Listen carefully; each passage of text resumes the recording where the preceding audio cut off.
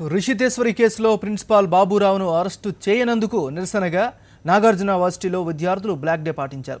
ఫేస్బుక్లోనూ రిషితేశ్వరి పేజీలో విస్తృత ప్రచారం జరిగింది.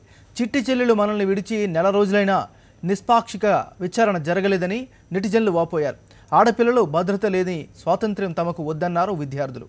నెటిజన్లు మరో గాంధీ కోసం ఎదురు చూద్దామంటూ నెటిజన్లు కామెంట్లు పెట్టారు. ఈ ఘటనకు సంబంధించి మరింత సమాచారాన్ని మా కరెస్పాండెంట్ సతీష్ అడిగి తెలుసుకుందాం. సతీష్, చెప్పండి.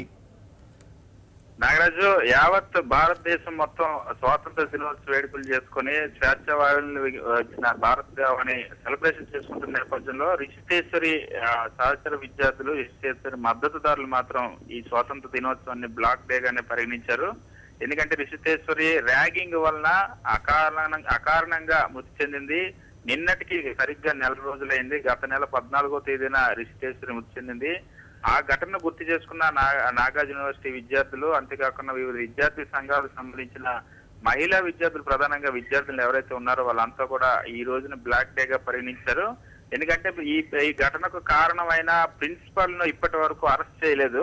ఖచ్చితంగా రాష్ట్ర ప్రభుత్వంలో ఉన్న పెద్దలు ప్రిన్సిపల్ ను కాపాడుతున్నారన్న అనుమానం ఏదైతే మొదటి నుండి రిషితేశ్వరి ఆ సహచర విద్యార్థులు గాని ఆ తల్లిదండ్రులు గాని వ్యక్తం చేస్తున్నారు, అది ఇప్పుడు నిజమయ్యే పరిస్థితులు కనిపిస్తున్నాయి. ఈ నేపథ్యంలో ఇటువంటి స్వాతంత్ర దినోత్సవం మేము చేసుకోమని చెప్పి ఆ విద్యార్థులంతా బ్లాక్ డే గా ప్రకటించారు. ఫేస్బుక్ లో కూడా ఈ విషయాన్ని బహిరంగంగానే ప్రకటించారు. చాలా మంది వాళ్ళకి మద్దతు కూడా తెలిపిన పరిస్థితి. వాస్తవానికి చూసినట్టయితే కేసు పురోగతిని కూడా మనం చూసినట్టయితే ఇప్పటి వరకు కూడా ప్రిన్సిపల్ బాబురావుపై ఎటువంటి కేసు కూడా నమోదు చేయలేదు. మొన్న కొద్ది రోజుల కిందట వైఎస్ఆర్ కాంగ్రెస్ పార్టీకి సంబంధించిన నిర్ధారణ కమిటీ, ఎమ్మెల్యే రోజా ఇతర సభ్యులంతా వెళ్ళినప్పుడు రిజిస్టర్ ద్వారా ఫిర్యాదు చేసినప్పుడు కూడా ఆ కేసుపై కూడా ఇప్పటి వరకు ఎటువంటి యాక్షన్ తీసుకోలేదు. ఆ తర్వాత ఈ నెల 10వ తేదీన స్వయంగా బాలసుబ్రహ్మణ్యం కమిటీ ఏదైతే రిటైర్డ్ ఐఏఎస్ వేసిన కమిటీ ఉందో ఆ కమిటీ ఒక నివేదిక ఇచ్చింది. ఇందులో ప్రిన్సిపల్ పాత్ర స్పష్టంగా ఉంది. ఆయన ఒక ప్రైవేట్ రిసార్ట్స్ లో ఏదైతే ఫ్రెషర్స్ డే నిర్వహించారో ఆ తర్వాత జరిగిన పరిణామాలన్నీ కూడా రిషితేశ్వరి మనస్తాపానికి గురి చేశాయి. ఆయన కూడా బాధ్యుడు. ఆయన్ని సర్వీస్ నుండి కూడా రిమూవ్ చేయమంది. ఆయన మీద 3 రకాల సెక్షన్ల కింద కేసు నమోదు చేయమని ఆ కమిటీ సిఫార్సు చేసింది. ఒకటి 1997 ర్యాగింగ్ ప్రొహిబిషన్ యాక్ట్, అలాగే నిర్భయ చట్టం కింద కూడా కేసు పెట్టమంది. అలా మరోవైపు లైంగిక వేధింపు కింద కేసు పెట్టమంది. దాంతో పాటుకి కేసును ఫాస్ట్ ట్రాక్ కోర్టుకు కూడా దీన్ని పంపించి ఒక ప్రభుత్వమే ఒక ప్రాసిక్యూటర్ ను కూడా నివేదించాలని కూడా చెప్పింది. ఇన్ని అంశాలు సూచించినప్పటికీ కూడా ఆ నివేదిక ఇచ్చి కూడా 5 రోజులు అవుతుంది.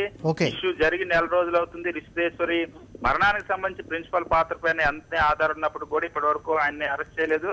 దాంతో పాటుగా గత 3 రోజుల కిందట స్వయంగా బాబురావు ఆంధ్రప్రదేశ్ సచివాలయానికి వచ్చారు. మంత్రులు ఎవరైతే ఉన్నారు, గంటా శ్రీనివాసరావు, రావిల్ కిషోర్ బాబుల చాంబర్ల వైపు వచ్చారు. అయితే ఆ రోజు మంత్రులు అందుబాటులో లేకపోవడం వల్ల కలవలేదు అనుకోవచ్చు. కానీ వాళ్ళు కలిసే ప్రయత్నం చేసి ఈ కేసును ప్రభావితం చేసే ప్రయత్నం చేస్తారని చెప్పి ఈ నేపథ్యంలో విద్యార్థులు ఈ నిర్ణయం తీసుకున్నారు. Nagaraju, thank you Satish, updates అందించినందుకు.